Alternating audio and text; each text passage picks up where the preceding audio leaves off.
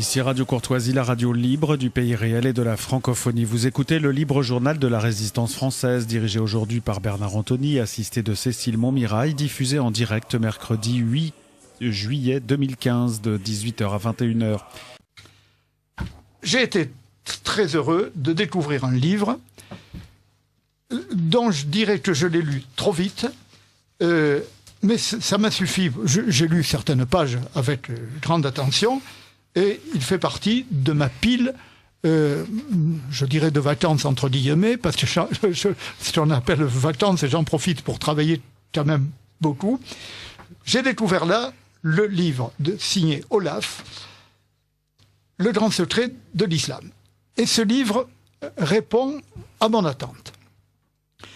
Je suis, et je pense, un admirateur des œuvres du père Édouard-Marie Dallet, que nous avons souvent rencontré dans nos réunions. C'est un homme, un immense érudit, qui a écrit une thèse. Il a fait d'abord une thèse sous le patronage, la direction de nos amis Marie-Thérèse et Dominique Urvois, honneur de l'université de Toulouse et grand érudit de l'islam.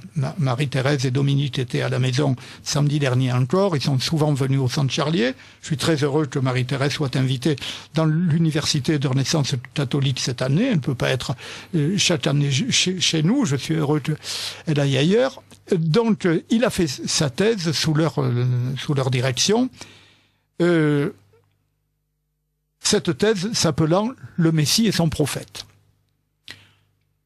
Elle dépassait ma capacité de compréhension. Tout à l'heure, un auditeur gentil disait « Vous êtes des érudits ». C'est pas vrai, moi je ne suis pas un érudit.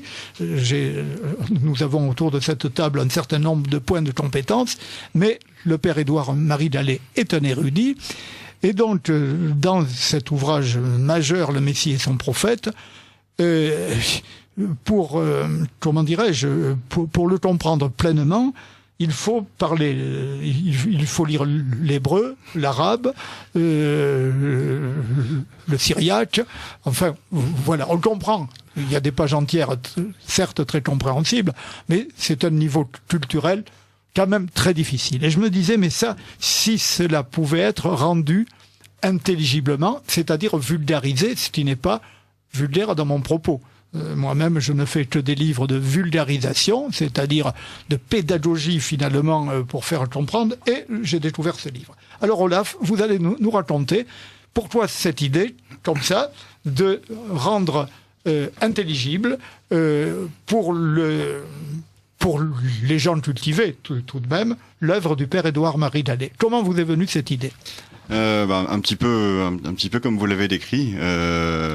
J'ai lu les ouvrages du père Gallet parce que j'avais été très piqué dans ma curiosité par le phénomène islamique. J'étais pas spécialement prédestiné à ça, mais j'avais des amis musulmans, un collègue musulman en particulier, et on avait des discussions assez jusque tard le soir sur ces sujets-là, quand ça nous arrivait de bosser jusqu'à plus d'heures.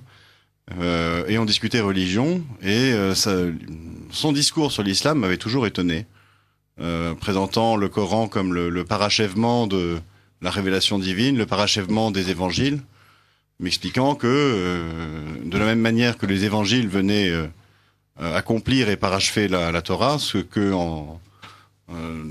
depuis ma culture chrétienne je pouvais très bien comprendre, m'expliquant que le Coran, de la même manière, venait parachever les évangiles. Alors j'ai acheté un Coran, et quand j'ai lu le Coran, je me dis c'est pas possible, je ne comprends pas comment on peut porter ce discours que le Coran parachèverait les évangiles, parce que c'est complètement incohérent avec la lecture la lecture des textes. Et donc je me dis il y a quelque chose qui cloche.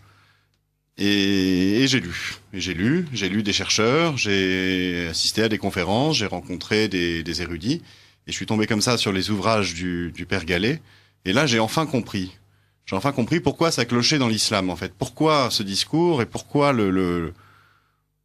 pourquoi cette espèce de malaise qui m'avait pris quand j'avais lu le Coran, c'était instillé.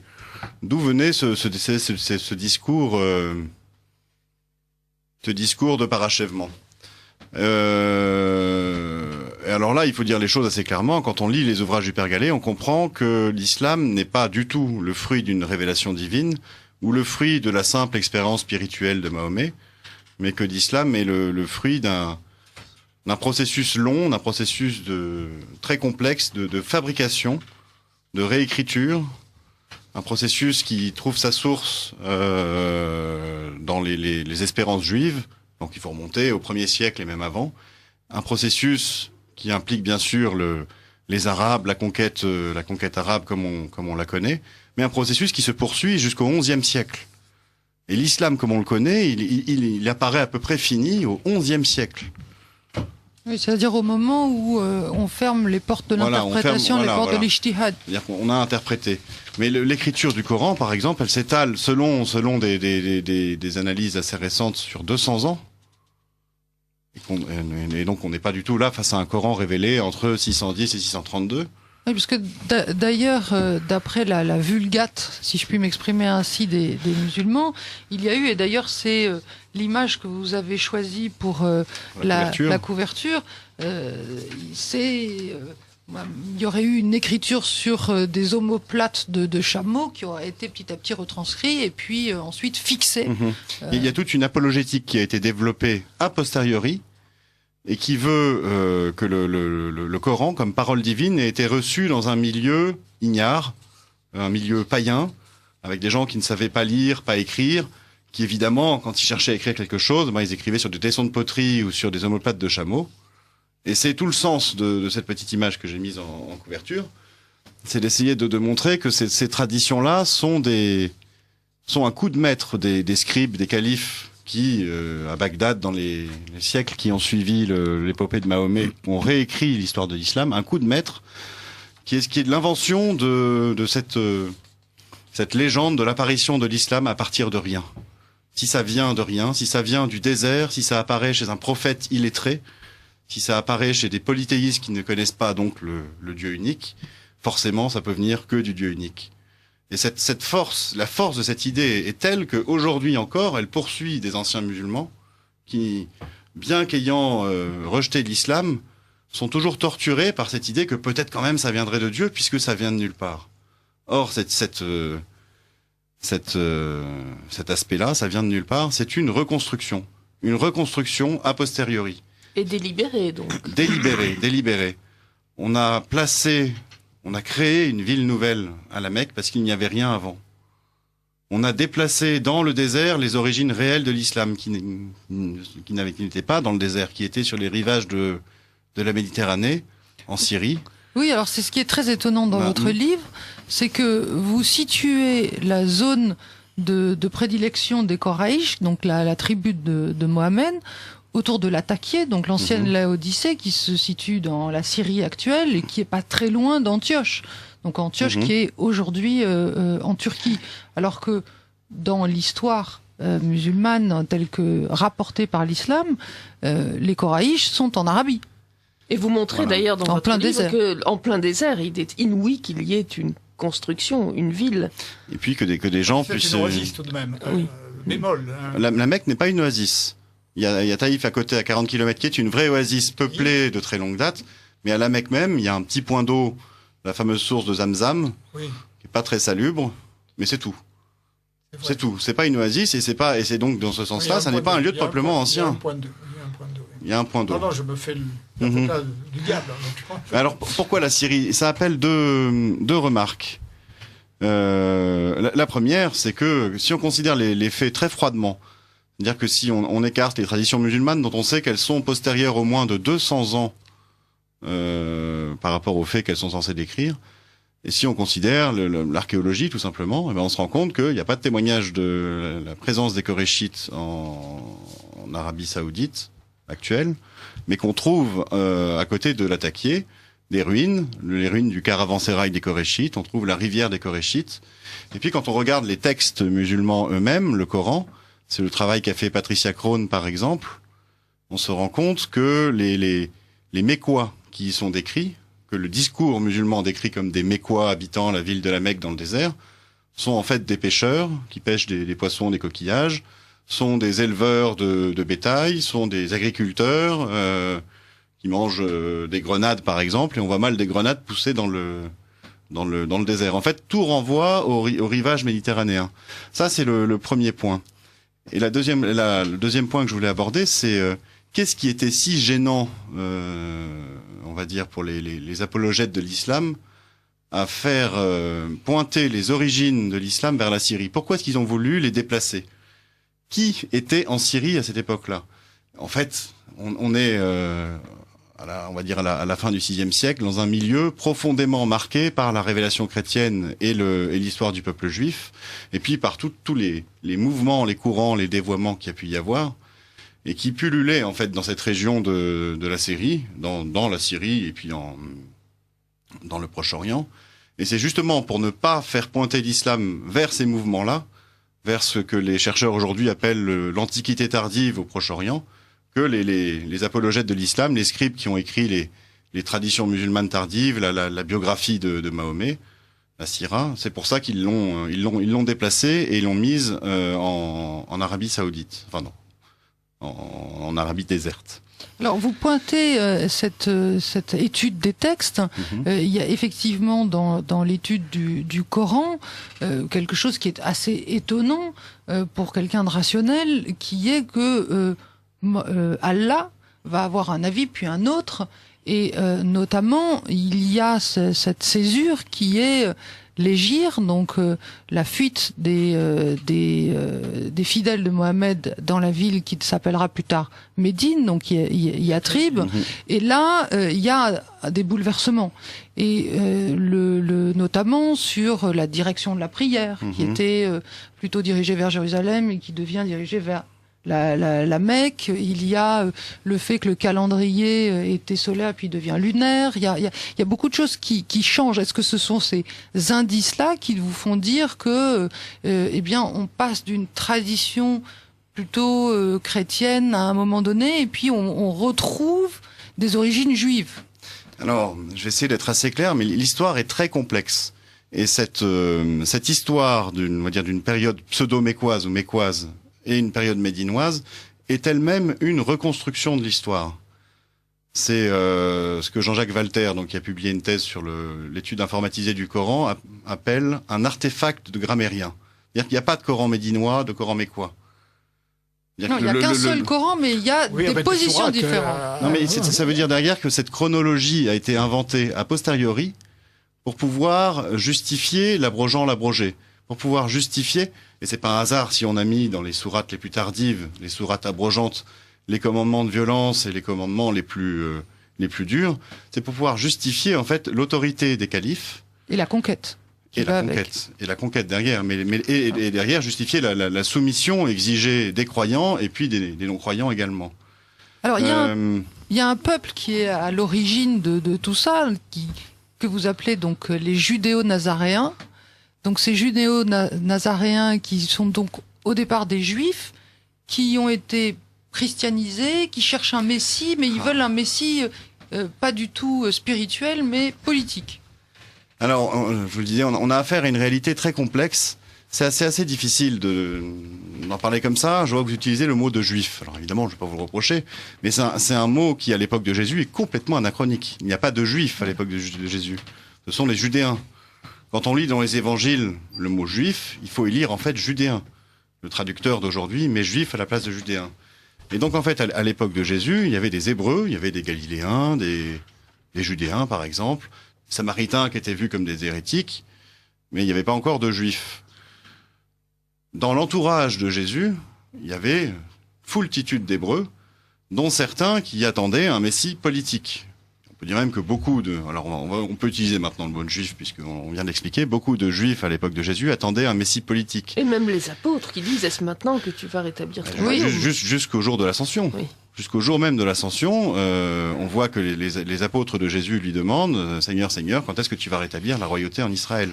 Et donc c'est une espérance qui était ancrée au plus profond du peuple juif, qu'un messie politique viendrait libérer Israël, réunir Israël, lui donner son indépendance. Et puis derrière, certaines des prophéties commençaient à montrer qu'Israël aurait la suprématie sur les nations, que les nations afflueraient vers lui, tous les trésors du monde. Ça, c'est une chose. Ensuite, il faut s'intéresser aux idées qu'a apportées Jésus. Et donc là, on peut en parler de façon assez détachée des convictions de foi, et s'intéresser tout simplement à l'histoire des idées, en se rendant compte que Jésus apporte une nouveauté dans le marché des idées de son époque, et toujours aujourd'hui d'ailleurs, c'est qu'il propose un salut, qui est une notion absolument nouvelle à l'époque. Un salut, c'est-à-dire la possibilité d'être délivré du mal. On était au temps de Jésus et avant dans un monde qui avait accepté la réalité du mal en son sein, et un peu à la manière dont l'explique René Girard avec les phénomènes de bouc émissaire, contenait le mal en lui-même, contenait dans les deux sens du terme. Oui, où finalement la victime n'est jamais reconnue en tant que telle. Par exemple, oui. Il y avait des phénomènes culturels ou religieux qui permettaient d'atténuer l'impact du mal, mais sans jamais l'expulser vraiment. Et Jésus apporte cette idée nouvelle que on peut être délivré du mal d'un point de vue personnel par le pardon, et que le monde pourra être délivré du mal. Alors ça rejoint un petit peu la question du sens et de la finalité quand on parlait de l'encyclique du pape François. Cette idée nouvelle qui là est lancée sur le marché des idées, elle se prêtait particulièrement à être dévoyée en fait. Et elle se transforme en conviction chez les auditeurs de Jésus, en conviction nouvelle que le monde peut être sauvé. Alors Jésus dit que c'est par lui. Ça veut dire que ça regarde Jésus, ses apôtres et ses suivants. Mais ceux qui n'ont pas voulu de Jésus comme le sauveur qu'il a prétendu être, un sauveur crucifié, un sauveur souffrant, un sauveur serviteur, mais qui voulaient absolument un sauveur politique, ont récupéré cette idée, et cette idée a donné une dimension nouvelle à leur combat contre on va dire la mainmise étrangère sur Israël, contre les Romains. Elle leur a donné cette dimension que leur combat de politique est devenu un combat contre le mal, et que Dieu allait intervenir dans ce combat du bien contre le mal pour les aider. Et là, le mal est typiquement identifié aux méchants. Le mal, ce sont ceux qui font le mal, ce sont les injustes, les impurs, ceux qui n'appartiennent pas au peuple, ceux qui n'ont pas la bonne religion. Et derrière, en fait, à partir de cette idée nouvelle de Jésus, se développent les premiers phénomènes de ce qu'on peut appeler le messianisme global.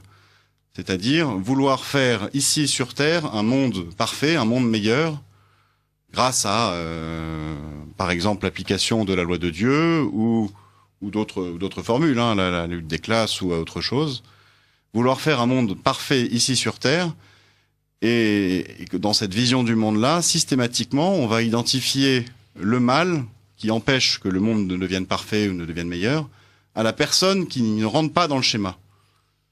C'est d'où la notion de Oumma, c'est ça, c'est-à-dire la communauté. Voilà, et voilà. Donc l'islam reprend tout à fait par la filiation des Juifs qui justement accompagnaient Jésus sans être chrétiens et qui attendaient ce messie politique. On va y venir. L'islam a repris cette idée de messianisme. Tout à l'heure, le père Ridjalé a remis en cause la Mecque. Bon, soit avec des explications très rationnelles, c'est vrai que c'est pas tout à fait une oasis, c'est un point d'eau, mais Médine, non. Ça n'est pas remis en cause, l'existence de Médine, parce que, est-ce que vous remettez en cause l'existence de Mahomet? Non, a priori non. Il n'y a pas besoin de remettre en cause l'existence de Mahomet, non, ou de Mahomet. D'autant qu'on a des témoignages contemporains de l'époque de Mahomet qui attestent de son action. On a même des témoins qui disent l'avoir vu, un certain MHMT, Mahomet, qui l'ont vu à Médine prêchant, c'est dans la chronique du pseudo-Sébéos, prêchant un discours qui n'est pas très musulman. Donc on se rend compte qu'il y a eu il y a eu quelque chose qui s'est passé entre le moment de ce discours et l'islam tel qu'on le connaît aujourd'hui. Quand vous dites un discours qui n'est pas très musulman, vous voulez dire quoi? Un discours qui exhorte les Arabes en tant que fils d'Ismaël, qui les exhorte à partir à la conquête de la Terre Sainte, d'Israël et de Jérusalem, et qui les associe à la promesse faite à Abraham, qui les associe en fait à la destinée des fils d'Isaac. Et on n'a pas vraiment ce discours-là dans le Coran. Dans le Coran, Isaac est complètement ignoré. Il n'est question que d'Ismaël, qui est censé être le patriarche des Arabes, le fils d'Abraham par lequel la promesse de Dieu se serait accomplie. La première GPA, ne l'oublions jamais. Oui, la première GPA, oui. Alors, et donc voilà déjà une contradiction, c'est que dans ce témoignage qu'on a contemporain de l'époque de Mahomet, il est question d'Isaac alors qu'on ne le retrouve pas dans le Coran. Isaac a été écarté du Coran par la suite. Voilà notre affaire. Mais pour comprendre un peu mieux le fil de l'histoire, il faut, pour le coup, tenir un fil chronologique. C'est ce que ne fait pas le père Édouard Marie Gallet dans ses deux ouvrages, qu'il a des approches thématiques assez pointues, et c'est ce qui les rend assez difficiles à comprendre. Et alors, on a commencé une discussion en picorant des sujets à droite à gauche, mais je pense qu'il faut continuer notre histoire en revenant à nos juifs messianistes. Donc nous sommes autour de la Odyssée, de l'Attaquier. On est là, on est à Jérusalem. On est à Jérusalem, Jésus a été crucifié, Jésus est ressuscité pour ceux qui y croient. Vous revenez à l'idée nouvelle qu'apporte Jésus, l'idée nouvelle est là, cette idée et de on a salut. un groupe de juifs messianistes qui gravitent dans l'orbite des judéo-chrétiens, qui est à Jérusalem et puis qui se répand un peu autour. Donc faisait peut-être partie d'ailleurs Judas, parce que Judas est très énervé de ce Jésus qui dit le salut. Ça, là pour le coup, ça paraît difficile à établir. Pourquoi pas, mais ça paraît tout de même assez difficile. Notamment parce que ce groupe s'est développé. Alors on a dit dès l'ascension, il y avait l'idée première qui était déjà là, Seigneur, quand est-ce que tu vas rétablir la royauté en Israël? Mais il s'est développé après ce groupe, et principalement en se séparant des judéo-chrétiens après la destruction du temple en l'an 70. Et c'est à partir de ce moment-là qu'ils partent en Syrie et qu'il y a cette installation à l'écart dans un esprit sectaire de ce courant juif messianiste que les archéologues et les philologues et le père Édouard Marie Gallet ont pisté au cours des premiers siècles. Oui, alors dans votre livre, vous expliquez qu'en fait, les Juifs vont se scinder quelque part en deux à cause de cet événement qui est la fin du temple, qui était le Saint des Saints. Et donc certains vont rajouter la loi, c'est ça? Donc c'est le judaïsme talmudique, et puis il y a ces messianiques. C'est un sujet un peu connexe. Bon, c'est intéressant, c'est pas le sujet du livre non plus, mais ce que je tenais à montrer, c'est que le judaïsme, comme on l'entend aujourd'hui, c'est aussi un petit peu une reconstruction. Une reconstruction, oui. C'est-à-dire que il n'y a pas une réalité homogène du judaïsme dans l'histoire. Il y a une grande diversité de courants religieux, particulièrement au 1er siècle, et que la destruction du temple va signifier la fin du judaïsme sacerdotal, donc des sacrifices au temple, et puis aussi d'autres courants, et puis qu'au final, bon an mal an, qu'est-ce qui reste aujourd'hui du judaïsme? Il reste les chrétiens et le judaïsme rabbinique, qui ramène à lui tout l'héritage dit du judaïsme. Bon, mais c'est un sujet, un peu connexe. Mais ce qui est intéressant dans ce sujet-là, c'est de montrer que, au moins jusqu'au 7e, 8e siècle, il y a au Proche-Orient une diversité de courants juifs. Et donc, quand on parle d'hébreux, c'est-à-dire par exemple quand Anna Zacharias, il y a une 50aine d'années, parlait des influences juives qu'il y avait pu y avoir auprès de Mahomet, lui a tout de suite ramené ces influences juives à un judaïsme rabbinique. Et il a parlé de rabbins de la Mecque qui auraient enseigné Mahomet. Or, ce que les chercheurs ont montré, et le père Édouard Marie Gallet en particulier, c'est que ce n'était pas des rabbins qui avaient enseigné Mahomet, mais des juifs messianistes que, pour distinguer particulièrement des autres courants, le père Édouard Marie Gallet appelle des judéo-nazaréens. Il faut expliquer Olaf ce qu'on entend par nazaréen, parce que c'est lourd de contradiction. On en revient à cette diversité des courants juifs. Alors, nazaréen, le naziréa, c'est quelque chose d'ancien dans le peuple hébreu. C'est le fait de se consacrer à Dieu. Jésus était lui-même un nazaréen. Il s'était consacré à Dieu. Ce ne sont pas les habitants de Nazareth. Les habitants de Nazareth, s'ils sont appelés Nazarétains ou habitants de Nazareth, c'est aussi parce qu'ils sont des Nazaréens. Parce qu'ils sont, oui, mais... c'est l'œuf et la poule, en fait. Voilà, c'est l'œuf et la poule. Si on a appelé Nazareth, c'est parce que c'était l'endroit des Nazaréens. De l'époque, voilà. de moins 200. Oui. Alors, quelle est la spécificité de ces Nazaréens? Ils se consacrent à Dieu, en fait. Ils se consacrent à Dieu. Il y en a qui peuvent renoncer au vin. Il y en a qui se coupent les cheveux. Ce sont des nazirs dans la Bible. Voilà, c'est les nazirs. C'est dans le livre des Nombres, je crois que. C'est dans le livre des Nombres. qu'on en parle. Ils se coupent les cheveux. Voilà. Et Jésus est appelé Jésus le Nazorénien, le Nazaréen, et ses premiers disciples sont appelés Nazaréens. Les Juifs rabbiniques, c'est-à-dire les héritiers, enfin les pharisiens en fait, vont après 70 condamner tout ce qui n'est pas rabbinique sous le terme d'hérétique, en disant ce sont des minimes et tous les jours il y aura dans la prière de bénédiction une malédiction spéciale pour les hérétiques, c'est-à-dire les mauvais juifs.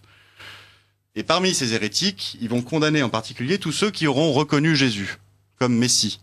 Et alors il y a les chrétiens par exemple, et puis il y aura les juifs messianistes, et puis il y aura d'autres courants juifs dont parlent les pères de l'Église par exemple. Et tous ces courants de juifs qui ont reconnu Jésus, ils vont les condamner comme Notzrim nazaréens.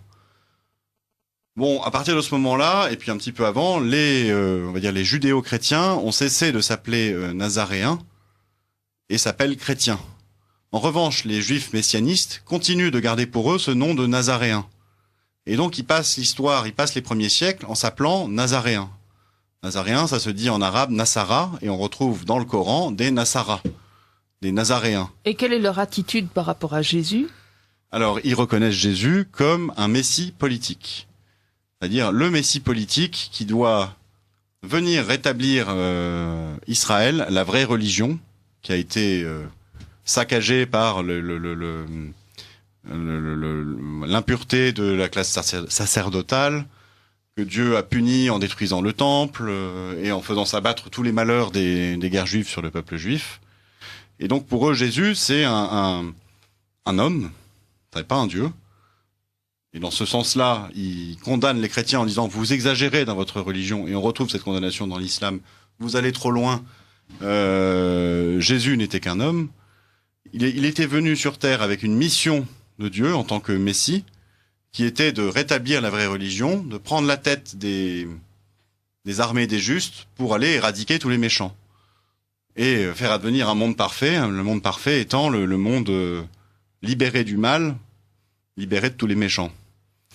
Jésus, le problème, c'est qu'il a été... Parce que libérer du mal, de passer à libérer de tous les méchants, c'est quand même pas la même histoire.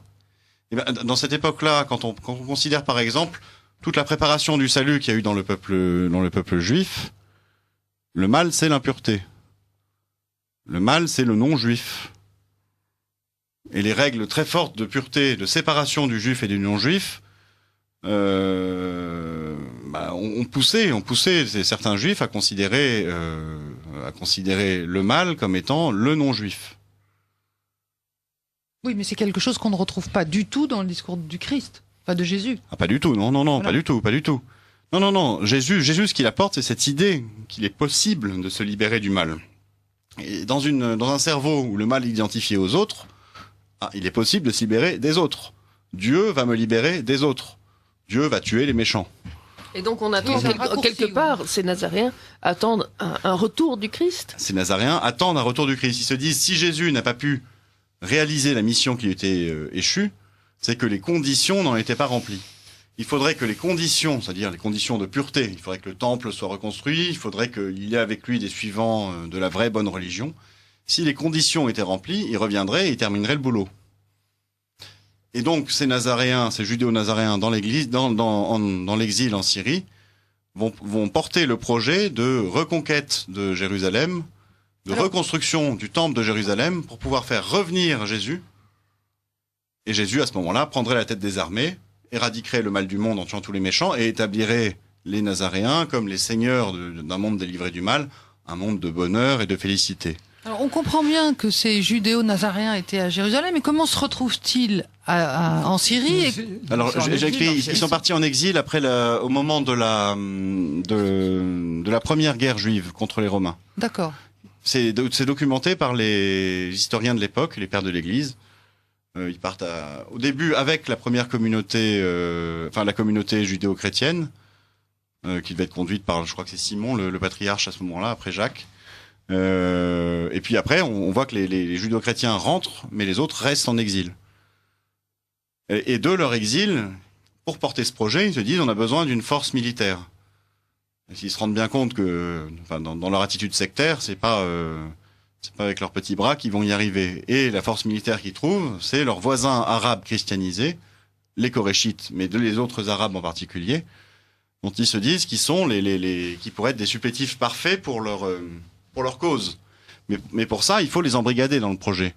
Et ils vont avoir l'idée de leur transmettre leur messianisme, leur espérance, en leur disant « Nous, on est fils d'Isaac, mais vous, Arabes, vous êtes fils d'Ismaël. » Et c'est à ce moment-là qu'on voit apparaître cette filiation des Arabes, cette descendance donnée à Ismaël, qui serait le peuple arabe. Elle n'est pas dans la Bible, cette descendance. On parle d'Ismaël, on dit qu'il aura une descendance, mais on ne dit pas spécifiquement dans la Bible qu'il s'agit des Arabes. Le premier livre, où on trouve cette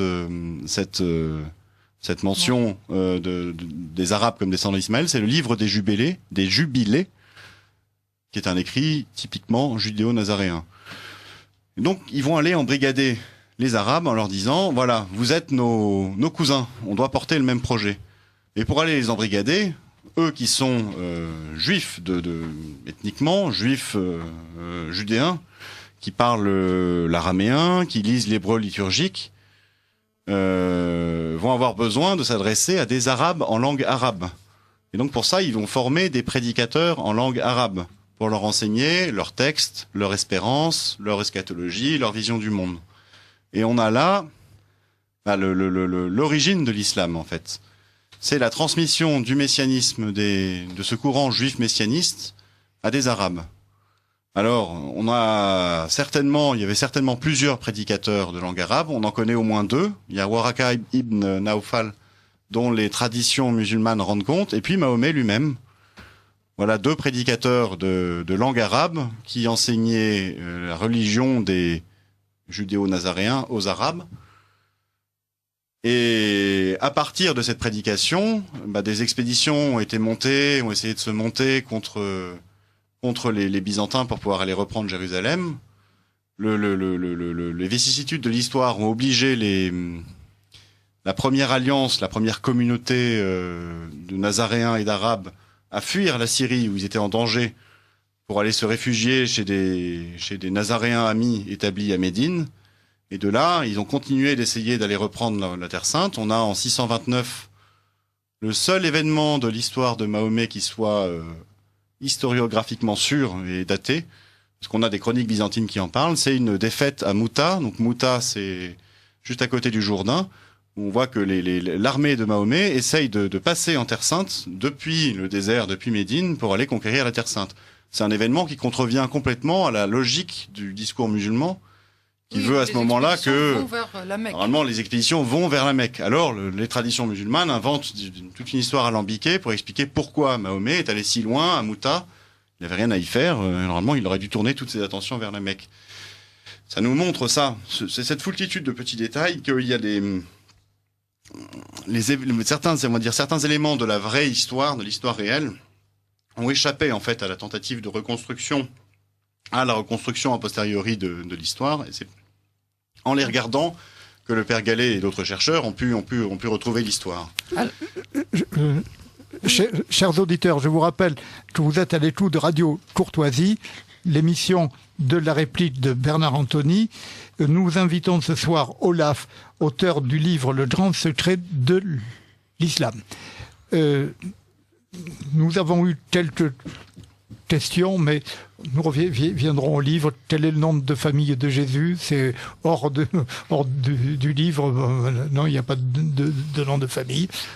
Parce que ça, c'est une conception du nom et du prénom qui est typiquement européenne. Jésus, fils de Joseph. C'est Jésus, fils de Joseph, comme dans tous le monde sémite, on est fils d'eux, Ben, voilà, ou Ibn, voilà. Et dans le monde arabe, on est père d'eux, même si on n'a pas père d'eux, oui, voilà, oui. Bon. Alors, il y a un texte auquel vous référez et qui existe, qui est très présent dans en tout cas, le discours officiel musulman, c'est la Constitution de Médine. Et dans cette fameuse Constitution, effectivement, il y a une espèce d'alliance avec les tribus juives qui existent. Est-ce que, pour vous, ces tribus et cette alliance, c'est effectivement cette rencontre entre ces judéo-nazaréens et ces tribus arabes? C'est la trace dans l'histoire de cette rencontre, ouais. Et alors, faut faire attention, parce que ce qu'on appelle la Constitution de Médine, il faut se référer à la toute première strate.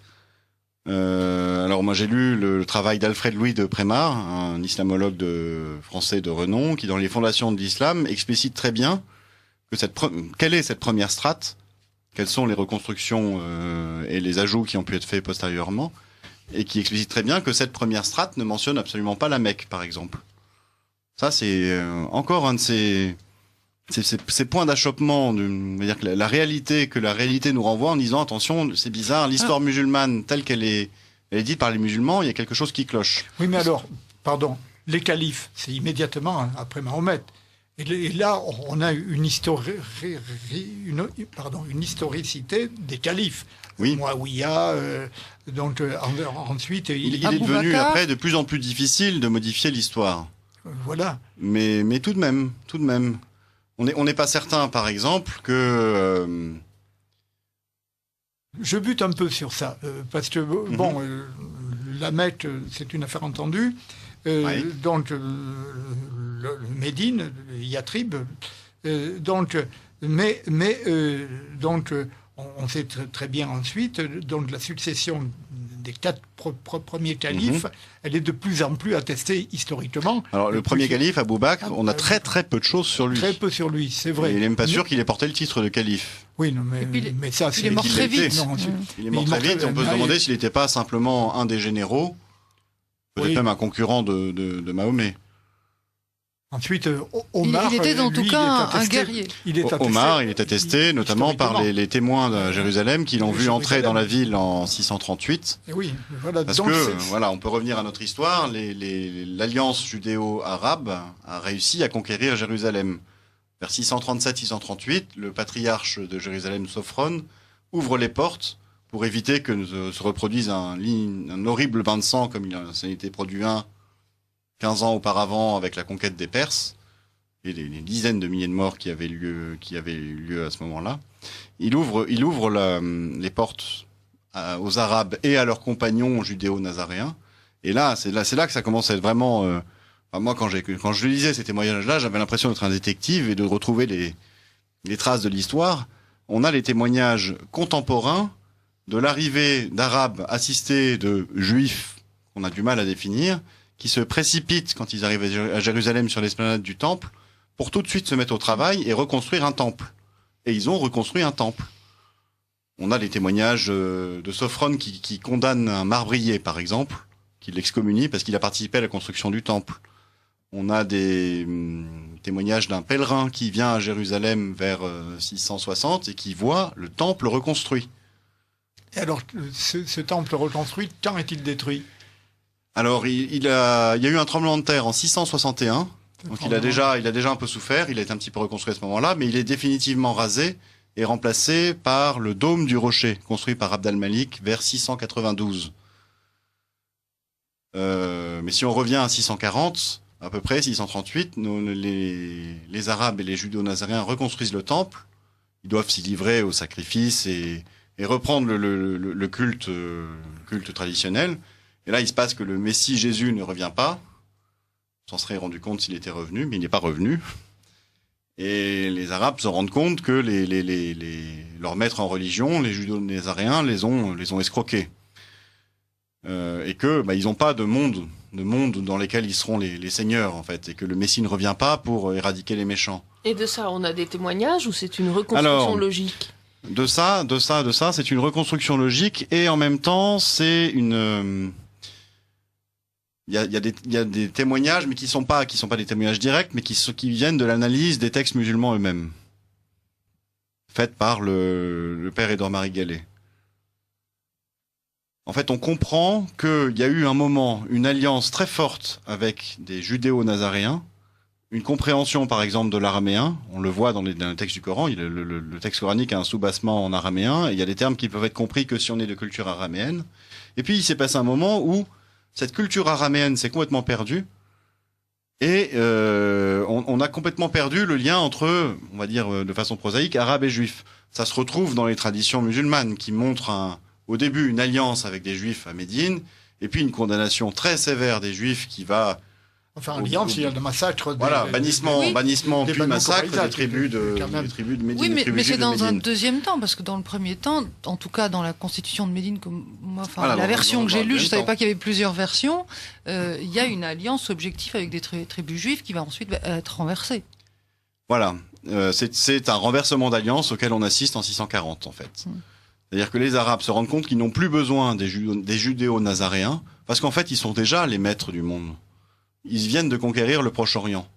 Par un concours de circonstances exceptionnelles, une fenêtre de tir stratégique, l'Empire byzantin, l'Empire perse s'étaient épuisés l'un l'autre dans leur guerre, il y a eu des épidémies de peste, enfin, il s'est passé tout plein de choses qui ont permis à la fulgurance de la conquête arabe, et ils se retrouvent maîtres du Proche-Orient. Et donc ils se disent, on n'a plus besoin des judéo-nazaréens, en fait. C'est juste leur projet de faire revenir le Messie qui ne marche pas. En fait, le Messie, c'est nous. C'est nous, puisqu'on est les maîtres. Et ils vont se prendre pour le Messie. Et une des traces on va dire, une des raisons qui ont fait prendre conscience de cela au père Édouard Marie Gallet, c'est l'analyse de l'apparition du mot de calife. Un calife aujourd'hui, quand vous demandez à un musulman, il vous dit un calife, c'est un successeur de Mahomet. C'est un auditeur qui nous pose la question à l'instant même. Voilà. Ça serait mieux tomber.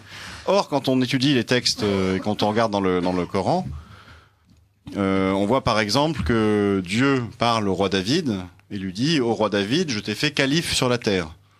Je t'ai pas fait successeur de Mahomet. » Le roi David, il a vécu en l'an 800, peut-être, quelque chose comme ça. Après, oui. Donc, calife ne veut pas dire successeur de Mahomet. Ou alors, c'est un sens qui lui a été rajouté postérieurement. Le vrai sens de calife, si on fait un peu de philologie, d'étymologie en arabe, si on lit les spécialistes, ça veut dire lieutenant de Dieu sur terre. Le Oumar, qui prend le titre de calife, se prend pour le lieutenant de Dieu sur terre, c'est-à-dire le Messie. C'est le rôle du Messie. C'était celui qui devait être le lieutenant de Dieu sur terre. Et on voit en fait, à partir de 640, que les Arabes vont essayer de se donner une justification religieuse à leur pouvoir. Ils ont conservé l'espérance messianique. Ils se prennent toujours pour ceux que Dieu a choisis pour éradiquer le mal du monde et pour conquérir le monde et en tirer de substantiels bénéfices au passage. Mais le problème, c'est que en ayant escamoté le courant judéo-nazaréen, ils se retrouvent sans assise idéologique. Et ça nourrit derrière, on va dire, parmi les Arabes eux-mêmes, une terrible guerre civile. C'est que, comme le chef n'a plus la légitimité qui était la sienne du temps des judéo-nazaréens, n'importe qui peut arriver en disant « mais moi je suis plus légitime. Je veux être calife à la place du calife. » Et on va avoir pendant une 50aine d'années la première guerre civile entre Arabes et uniquement entre Arabes, où on va voir des factions s'opposer et rivaliser d'inventivité pour se donner une légitimité religieuse. Un va arriver en disant « moi je suis le calife ». L'autre va arriver en disant « oui, mais moi j'ai un livre sacré qui dit la parole de Dieu, qui dit la loi de Dieu, qui dit le bien ». Un autre va dire en disant « oui, mais moi j'ai la ville sacrée ». Un autre va dire « oui, mais moi j'ai la figure de Mahomet avec moi ». Il va rappeler comme ça la figure de Mahomet. Un autre va dire « oui, mais Mahomet, il est avec moi et c'est un prophète. Et je suis son successeur ». Et petit à petit, comme ça, pendant, on va dire, la deuxième moitié du 7e siècle, vont apparaître les principaux concepts de l'islam.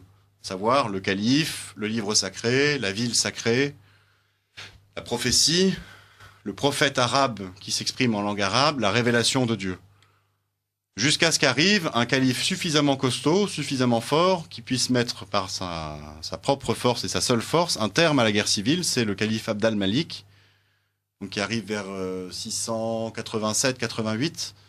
Je ne me souviens plus la date exacte, mais c'est dans ces eaux-là. Et qui va reprendre à son compte toutes ces inventions, on va dire du primo-islam, si on appellerait le proto-islam le moment où les Arabes et les judéo-nazaréens sont alliés. Il va reprendre à son compte toutes ces inventions, il va en faire la synthèse, et il va commencer d'afficher une nouvelle religion, ce que n'était pas encore auparavant la religion des Arabes. Auparavant, il y a le schisme chiite. Alors le schisme chiite sunnite, il est dit aujourd'hui comme étant très marqué dans les traditions musulmanes. Ça s'est passé à telle date, on sait exactement ce que tous les protagonistes avaient mangé la veille et la façon dont ils étaient habillés. C'est extrêmement précis et c'est extrêmement douteux. Quand les traditions sont aussi précises sur des événements aussi peu précis, on peut se poser beaucoup de questions quant à leur véracité. En fait, ce qui s'est passé, c'est que dans ces luttes de factions dont je vous parlais, il y avait un courant qui se prévalait le courant légitimiste, si vous voulez, c'est-à-dire on est de la famille de Mahomet, et qui s'est opposé à le courant des chefs militaires. On a pu voir ça dans d'autres circonstances, d'autres lieux, d'autres époques, les militaires contre les légitimes. Et l'opposition des chiites et des sunnites découle de cette opposition première. Mais elle s'est construite et cristallisée dans le passé et reconstruite a posteriori. Une chose qu'on peut affirmer pour comprendre que cette opposition s'est reconstruite a posteriori, c'est que même s'ils ont le même Coran et à peu près les mêmes traditions, chiites et sunnites ont des visions de l'histoire quand même un petit peu divergentes entre les deux, et surtout, ils n'ont pas la même vision de l'eschatologie. Oui. Et chez les sunnites, à la fin des temps, reviendra le Mahdi, le bien guidé, accompagné de Jésus qui va revenir du ciel, et qui va faire le boulot qu'aurait dû faire Jésus s'il était revenu au temple de Jérusalem, c'est-à-dire prendre la tête des armées, éradiquer tous les méchants, physiquement, c'est-à-dire vous et moi, ou du moins les subjuguer, c'est-à-dire devant la puissance du Mahdi et de Jésus et des armées des croyants conjugués. Et là, on est exactement dans l'idéologie du califat de Baghdadi d'aujourd'hui, exactement. Devant cette armée-là, les infidèles, les chrétiens et les autres vont se convertir à l'islam. Et à ce moment-là, puisqu'il n'y aura plus que les musulmans sur terre, on sera dans un monde de paix et de félicité.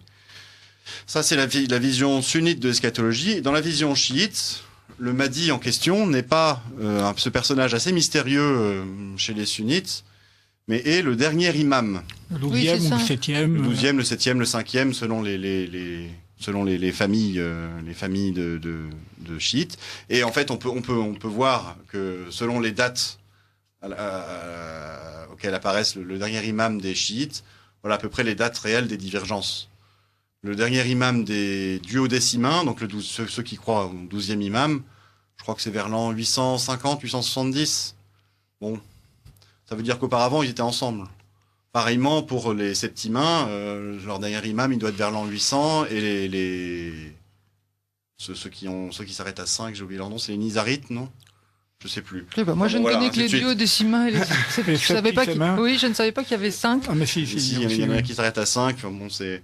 Et donc, en fait, ce qu'il faut voir, c'est que cette opposition entre chiites et sunnites, comme quasiment tout l'islam, elle s'est reconstruite a posteriori. Mais elle se fonde, comme pour l'islam, sur des éléments réels, mais dont le souvenir a été déformé.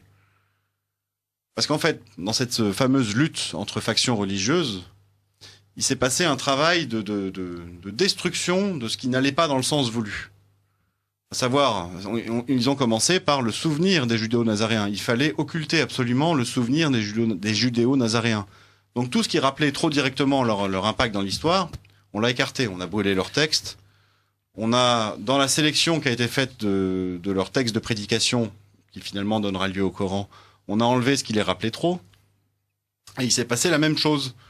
Il s'est passé ce même phénomène tout au cours de cette période où le Coran se constituant petit à petit, on n'a pas arrêté de brûler ce qui n'allait pas, de constituer des nouveaux Corans.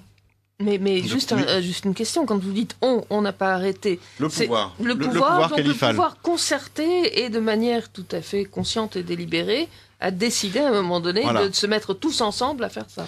Quand je dis le pouvoir, c'est le plus fort. C'est le plus fort qui, cherchant à se donner une légitimité, ou alors son concurrent.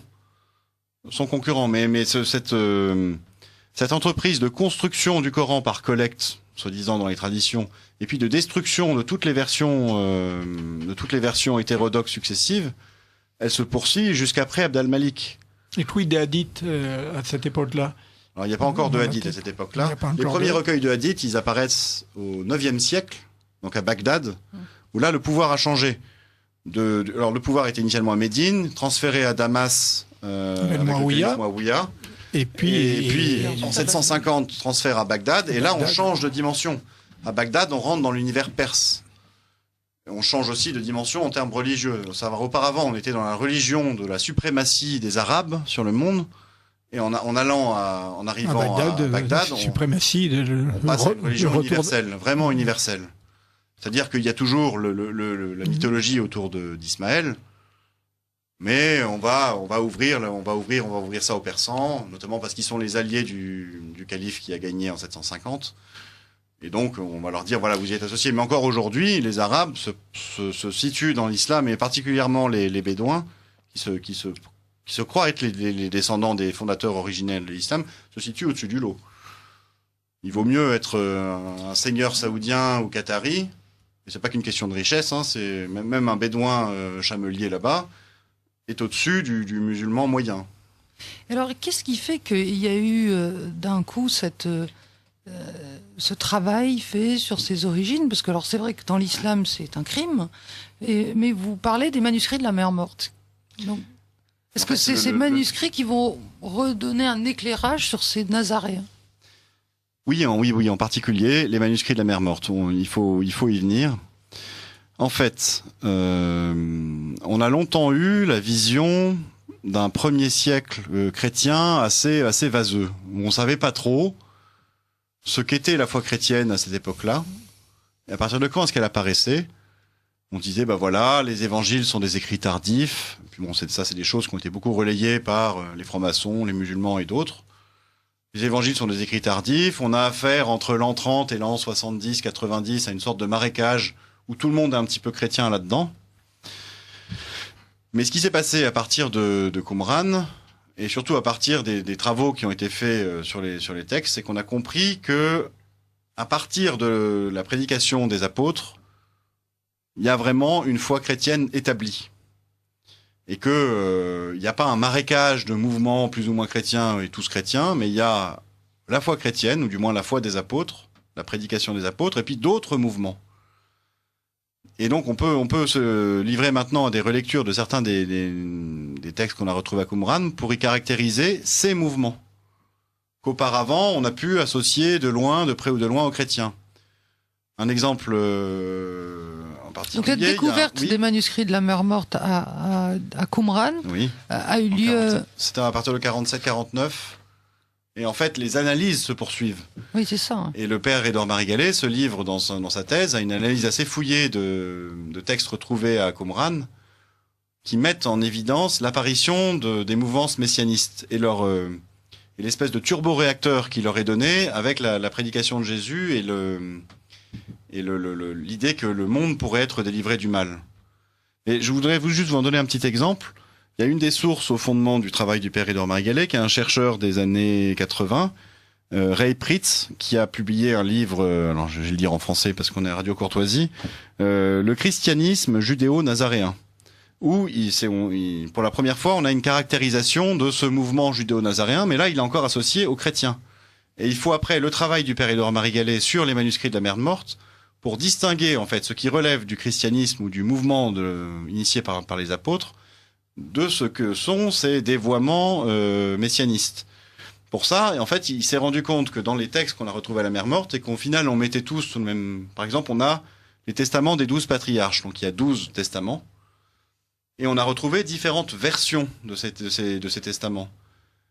Bon, les chercheurs, initialement, les mettaient tous dans le même sac en disant c'est des textes d'une certaine mouvance, par exemple les Esséniens. Et ce que le père Édouard Marie-Gallet a montré, c'est qu'il y a une version qui date de l'an -10, par exemple, et qui est assez simple, qui présente par exemple la venue du Messie, et qui se situe à peu près dans la lignée des traditions juives qu'on connaît. Et puis il y a des réécritures assez tardives, à partir des années 50, et qui montrent le même texte auquel on a rajouté des lignes, et dans les lignes, on voit que le Messie n'est plus si gentil que ça, c'est un Messie qui est couvert de sang, qui tue les ennemis par paquet de 10, et qui éradique tous les méchants. Et on voit qu'en fait, il y a à partir des années 40, 50, 60, il y a le développement de cette mouvance messianiste. Et que ce qui s'était passé auparavant, c'est que les chercheurs l'avaient associé dans l'espèce de marécage qui était celui de leur cerveau, en fait. Dans l'espèce de marécage qui pensait être le premier siècle en disant tout est plus ou moins chrétien, ils avaient associé en même temps les dévoiements et le mouvement chrétien. Ce que le père Édouard Marigalet a fait, c'est qu'il arrivait à filtrer le marigot et à isoler ce qui relevait effectivement du premier mouvement chrétien et ce qui relevait de ses dévoiements. Et donc les nouveautés, il y a donc ces fameux textes de la Mère Morte, de Qumran, et puis il y a donc des procédés qui permettent d'analyser les textes et de distinguer les différentes strates et les différentes couches. En fait, il y a mais ça c'est un mouvement qui est inhérent au christianisme et à la tradition juive également. Mais il y a particulièrement, depuis qu'on a retrouvé les manuscrits à Qumran, un mouvement de développement de l'exégèse très très consistant. Et le père Édouard Marigalet est exégète. Je pense que c'est comme ça qu'il a démarré son travail. Et c'est à l'exégèse, en fait, on apprend de ses erreurs. D'accord, donc c'est pas un procédé scientifique qui permettrait... C'est assez scientifique. Non mais c'est une étude des textes, c'est ça. Alors, il y a l'étude de texte, il y a aussi de l'archéologie, des découvertes archéologiques. Quand on retrouve les foyers d'habitat des judéo-nazaréens, qu'on retrouve par exemple des édifices religieux qui rassemblent des symboles qu'on aurait dit chrétiens, par exemple des palmes, le palmier qu'on associe aux chrétiens, et en même temps des symboles qu'on associe aux juifs rabbiniques, alors que les deux communautés n'ont jamais pu cohabiter et encore moins célébrer des liturgies dans un même lieu.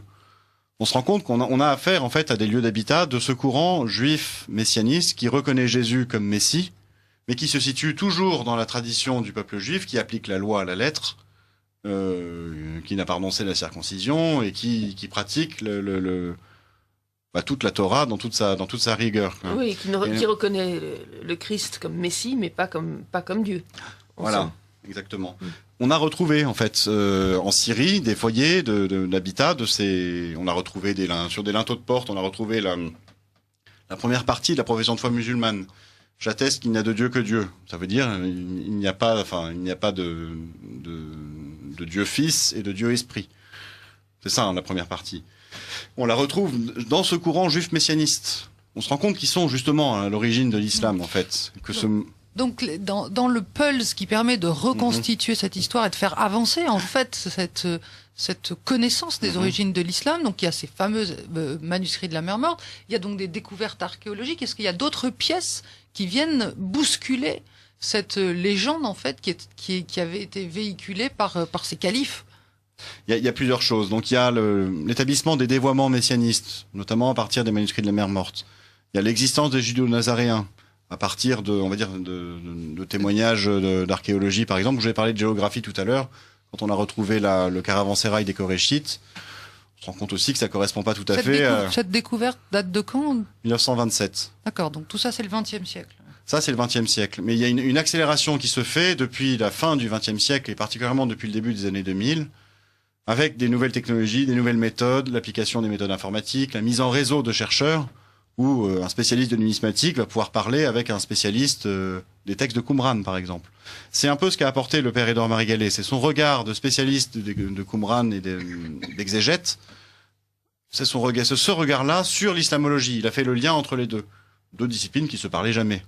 Et c'est comme ça qu'il a pu poser cette thèse qui est pas encore le puzzle complet, on en est encore loin du puzzle complet, mais qui a posé un cadre général qui permet d'appréhender le phénomène musulman et d'expliquer son apparition. Le cadre, c'est le courant juif messianiste qui se développe à partir de Jésus, qui, au contact d'Arabes, transmet son messianisme à ces Arabes-là, et ces Arabes-là sont après eux-mêmes à l'origine du phénomène islamique. Alors ensuite, pour aller encore plus précisément sur la reconstruction, vous aurez compris maintenant qu'on a affaire à une espèce d'histoire réelle que j'ai essayé de vous décrire, et puis une histoire légendaire, une histoire fantasmée qui est celle du discours musulman lui-même. Cette histoire, elle a été reconstruite sur une période assez longue, à partir de l'an 700 jusque vers l'an 1000 à peu près, par des scribes qui ont écrit des hadiths, par exemple, en disant Mahomet a fait ça, il a fait ci, il a fait ça, il est allé à tel endroit. Tout ça, ça fait partie de la reconstruction de l'histoire. Et donc on a en fait en parallèle une histoire réelle, une histoire fantasmée. Et cette histoire fantasmée, elle s'est construite à partir de ce qu'on connaissait plus ou moins de l'histoire réelle au moment où on l'a écrite. Alors il y a tout un travail d'éradication, de témoignages discordants, de déformation des mémoires. Mais entre le 8e et le 11e siècle, on n'avait pas encore tous les témoignages de l'histoire. Et aujourd'hui, on trouve des témoignages de l'histoire qui ont échappé à la vigilance des scribes du 8e, 11e siècle.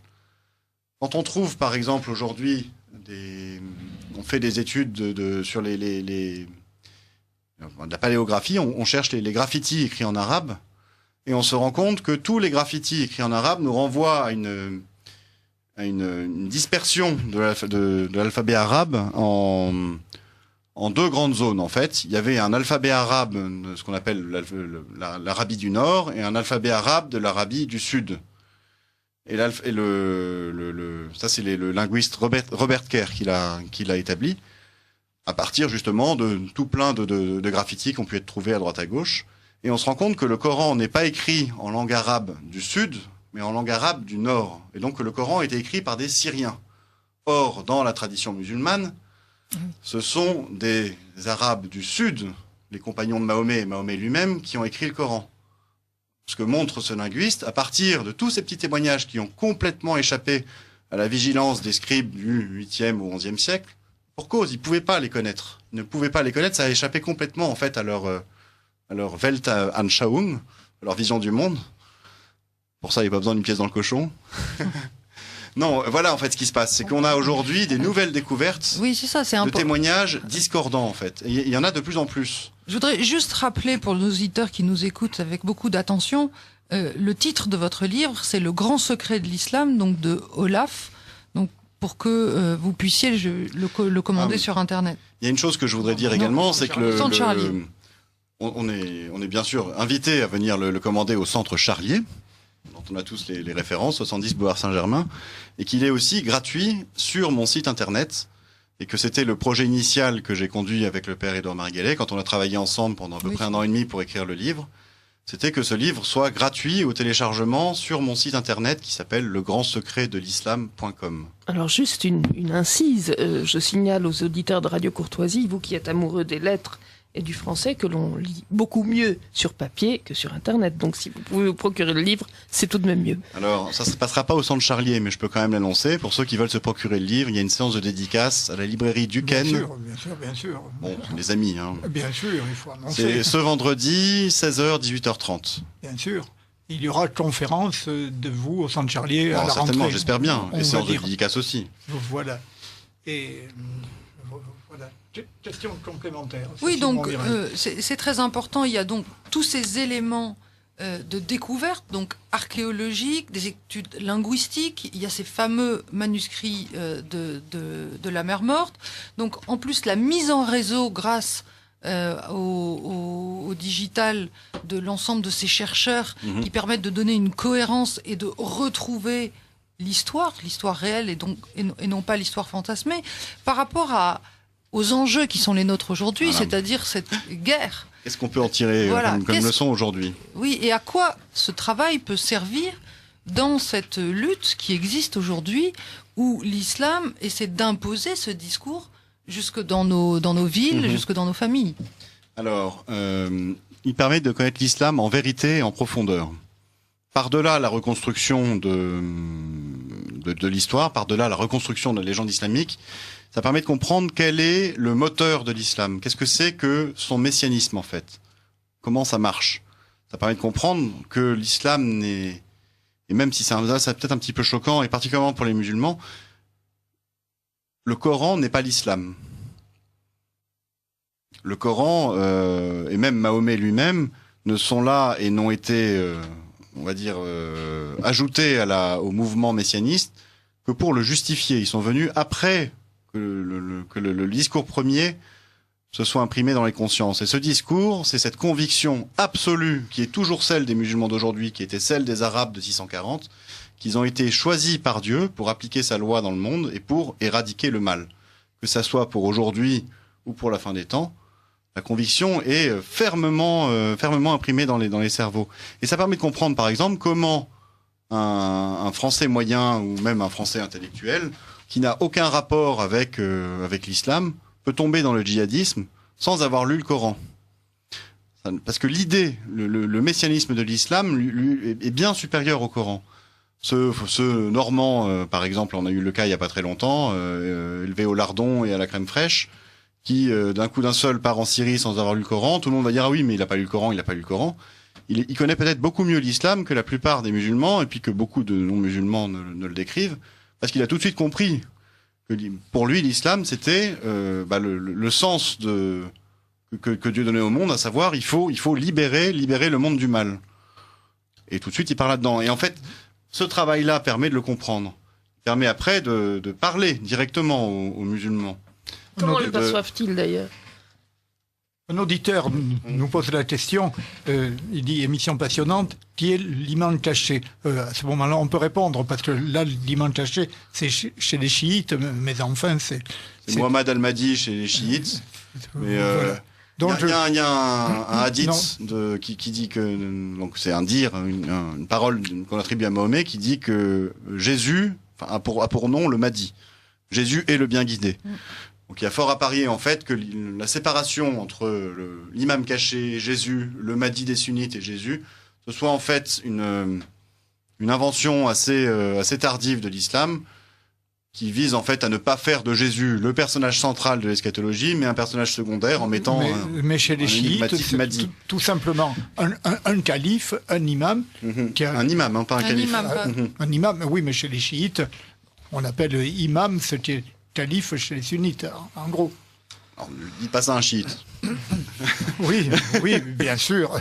Mais, qui vous dira le contraire. Mais chez eux, c'est le calife ou c'est l'imam de leur choix qui est caché quelque part, qui va ressurgir. Donc c'est El Rakim, par exemple. Bon, voilà. Donc c'est un personnage historique qui doit revenir. Je parle pour les chiites, pour répondre à cet auditeur. Qui a été caché au ciel, de la même façon que les Nazaréens pensaient que Jésus avait été caché au ciel. Voilà. Alors, revenons à ces Français qui deviennent musulmans. Oui, il nous reste très peu de temps. Vous dites, c'est facile de comprendre que même en ne lisant pas le Coran, ils tombent, parce qu'ils vont en fait délivrer le monde du mal. Mais alors, c'est quoi l'antidote ? L'antidote, celui que je vois moi, c'est de questionner ces personnes sur ce que c'est que le salut. Est-ce que le salut, on va dire la délivrance du mal, elle vient de l'application d'une loi, ou ça vient d'autre chose? Est-ce que le fait d'appliquer la loi musulmane à la lettre, est-ce que d'un coup d'un seul, ça annihile, toute ma méchanceté, ma cupidité, ma jalousie, mon racisme, ou est-ce que ces mauvaises pensées sont toujours là dans mon cœur, et auquel cas le mal n'est pas éradiqué. On va dire en clair, comment se fait-il qu'il n'y a pas de paradis chez les talibans et voilà, dans des sociétés et à le prendre au niveau social. Islamique chimiquement pure, quoi. Voilà, dans un monde islamique chimiquement pur, que serait par exemple le califat, la moindre mauvaise pensée, la moindre mauvaise action est un démenti cinglant au fait que non, on ne peut pas éradiquer le mal du monde, ça ne marche pas comme ça. J'ai une petite phrase que je cite souvent en conclusion de mes conférences et que j'ai mise en conclusion dans le livre, c'est une phrase de Dostoïevski, et je pense que si on a 30 secondes, 10 secondes... Oui, il nous reste 2 minutes. 2 minutes, parce qu'il y a un affolement là-bas à la technique. Dostoïevski qui nous parle justement de cette folie des hommes à vouloir éradiquer le mal du monde et à s'y prendre à chaque fois de la même façon, en mettant les gens dans des camps, en mettant les impurs dans des camps. Et il écrit dans l'archipel du Goulag que la ligne de partage entre le bien et le mal ne sépare ni les États, ni les classes, ni les partis, mais elle traverse le cœur de chaque homme et de toute l'humanité, qui pourrait arracher une partie de son propre cœur. Dans l'archipel du Goulag, c'est Solzhenitsyn. Oui. Ah, vous avez dit Dostoïevski. J'ai beaucoup d'admiration pour Dostoïevski aussi, et je pense qu'il aurait pu dire le même genre de choses. Dans Les Possédés, on n'en est pas si loin là. Chers auditeurs, merci beaucoup de votre attention. Je crois que vous avez été captivés. Merci Cécile Montmirail, merci Jeanne Smith et merci beaucoup Olaf. Merci à vous. Chers amis, à très bientôt. La prochaine émission sera préenregistrée parce que ça sera le 5 août.